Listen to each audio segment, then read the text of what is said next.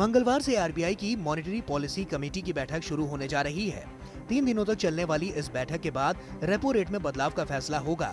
Repo rate के घटने या बढ़ने से बैंकों की ब्याज दरों में भी बदलाव होता है, जिसका सीधा असर कर्ज की ईएमआई पर आता है। कोरोना काल में जिस तरह से अर्थव्यवस्था में कोहराम मचा है, उसके लिए उम्मीद की जा रही है कि आरबीआई एक बार फिर रेपो रेट को घटा सकता है।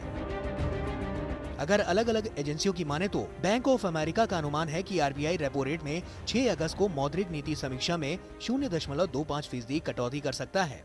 अक्टूबर में फिर रेपो रेट ½ % घटाने का अनुमान इस रिपोर्ट में जताया गया है।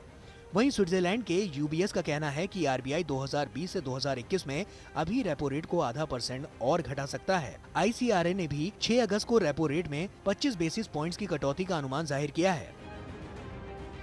दरअसल अर्थव्यवस्था में डिमांड बढ़ाने के लिए अक्सर दुनिया भर के केंद्रीय बैंक ब्याज दरों को घटाने के कदम उठाते हैं। इससे लोन की डिमांड बढ़ती है, क्योंकि लोन लेकर लोग घर खरीदते हैं, कारोबार शुरू करते हैं, गाड़ी खरीदते हैं। इसी खरीदारी से इकोनॉमी का रुका हुआ पहिया चलने लगता है और माहौल बदलते देर नहीं लगती, जिससे इकोनॉमी फुल स्पीड से दौड़ने लगती है। लेकिन इस कटौती के लिए महंगाई का कंट्रोल होना भी जरूरी है।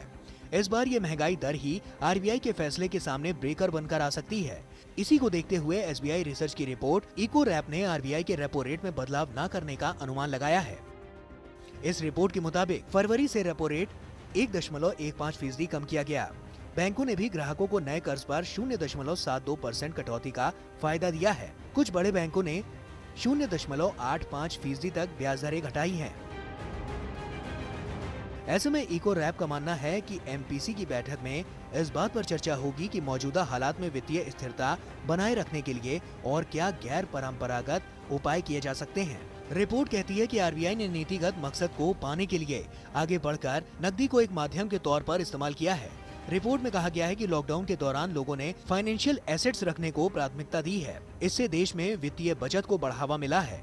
रिपोर्ट के मुताबिक 2020 से 2021 में वित्तीय बचत में इजाफा होने का अनुमान है। इसकी एक वजह लोगों का एहतियाती उपाय के तहत बचत करना भी है।